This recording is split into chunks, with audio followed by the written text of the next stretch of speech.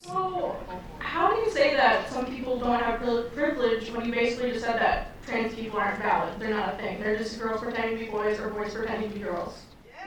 Okay. Like, okay. Oh, someone's excited. Okay. Sex is biological, but gender is a completely different thing. No, gender is not disconnected from sex. So. It's not completely disconnected, but it's still a cultural thing. It's still from society. It's Okay. No, it is not in the mind. Okay, you're not a man if you think you're a man. And I didn't say pretending, or if I did, I shouldn't have said pretending. Let me amend. You said playing. Okay, I said a boy who thinks he's a girl. That's the usual phraseology I use. Not playing. I usually say a boy who thinks he's a girl or a girl who thinks he's a boy, which is technically what we're talking about here. As far as the actual psychological issues at play, it used to be called gender dysphoria or gender identity disorder. Now they call it gender dysphoria. The idea that sex or gender are malleable is not true. Okay, and I'm not denying your humanity if you're a transgender person. I am saying that you are not the sex to which you claim to be. You're still a human being, and you're a human being with an issue that I wish you Godspeed in dealing with in whatever way you see fit. But if you are going to dictate to me that I'm supposed to pretend that men are women and women are men, no. My answer is no. I'm not going to modify basic biology because it threatens your subjective sense of what you are.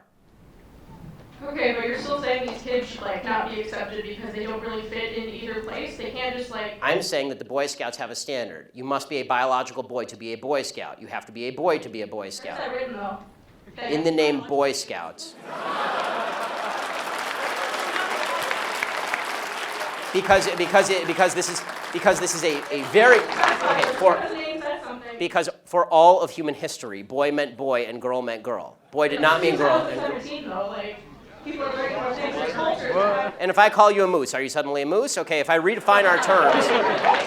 No, yes, that's right. Men and women are a completely different thing. This is true. Have you ever met a man or a woman? They're completely different. Completely different thing. You can't just say you're a cat. It's not a thing. It's genders. It's not saying you're. Okay, why is that? I don't understand. Why? Okay, let me ask you this. Okay, I won't ask you how old. I will ask you how old you are. Okay, because you're young enough that it's probably not insulting to ask you. So. I'm 22, so I'm probably young and naive, right? No. Why aren't you 60? Why aren't you 60? Because And why can't you identify as 60? What is the problem with you identifying as 60? it's not the same as gender. You can't just. You're right. Age is significantly less important than gender. You can't magically change your gender. You can't magically change your sex. You can't magically change your age. You can still legally change it. People recognize. You can't legally change your age, by the way. Obviously, you can change your name, you can change your sex, you can change your identity. Just because you can do things legally doesn't mean that they are correct biologically. You could do lots of things in the past that were incorrect biologically and correct legally. For a long period of time in the United States, sterilization of the mentally ill took place. That didn't make it okay. Skinner versus Oklahoma. Justice Oliver Wendell Holmes wrote the decision. Right. I still don't understand how you're accepting these children that are. It's not a matter of open-minded and accepting. I want them to get treatment that they see fit, but that's not involving me. The idea behind the transgender movement as a civil rights movement is the idea that all of their problems would just go away if I would pretend that they were the sex to which they claim membership. That's nonsense. The transgender suicide rate is 40%. It is 40%.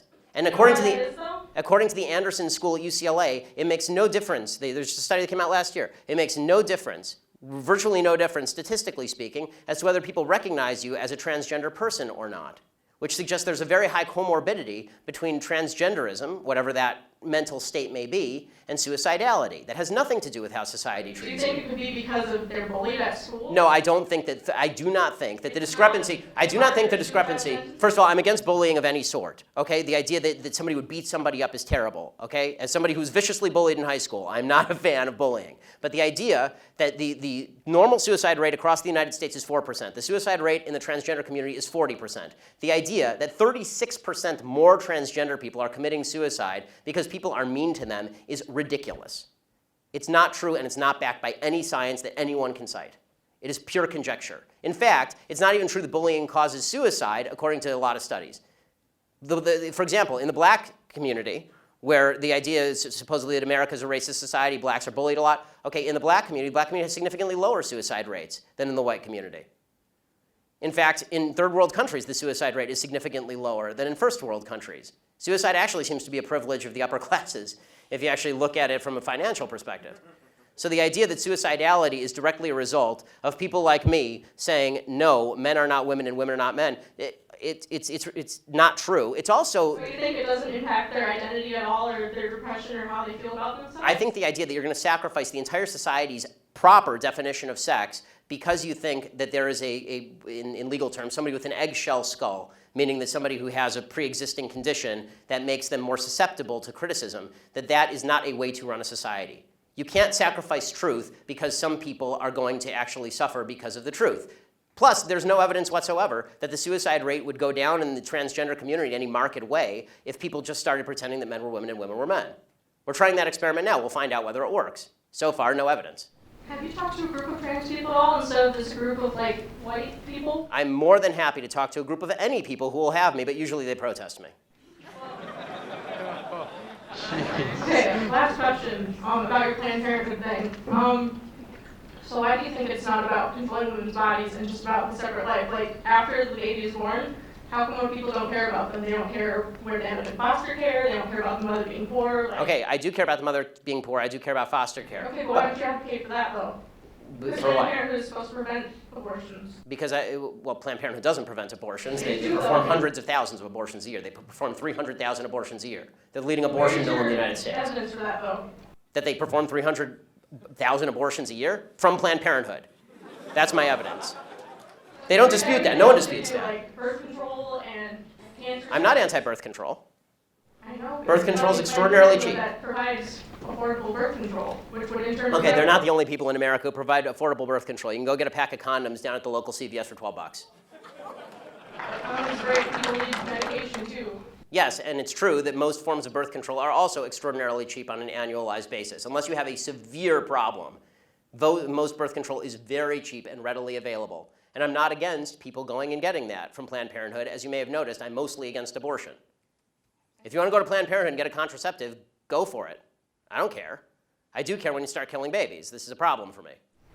But what about in rape and incest situations? Okay, so here's the question. It's different, yes. I mean, this is a long conversation, and I'm enjoying it, actually, which is why I'm allowing you to stay. But the question of rape and incest, first of all, important to note, rape and incest are not only a vast minority of abortion cases, they're an extraordinarily low percentage of abortion cases. So if we can first stipulate that all the other abortions are bad, then we can talk about that other one. Can we do that? Are all the other abortions bad, or are those ones okay? And you're just using this as an excuse to make the other ones okay. They're all okay. Ah, good. Someone who's honest. So, who's the honest fellow? Who's okay? Yay, honest people. Good. I like the honesty. Okay, so all abortions are okay. So, a sign that I can't read because it has lots of words on it. Okay, so I have one question for you and one question only on abortion. Does the vagina, the vaginal canal, magically confer personhood?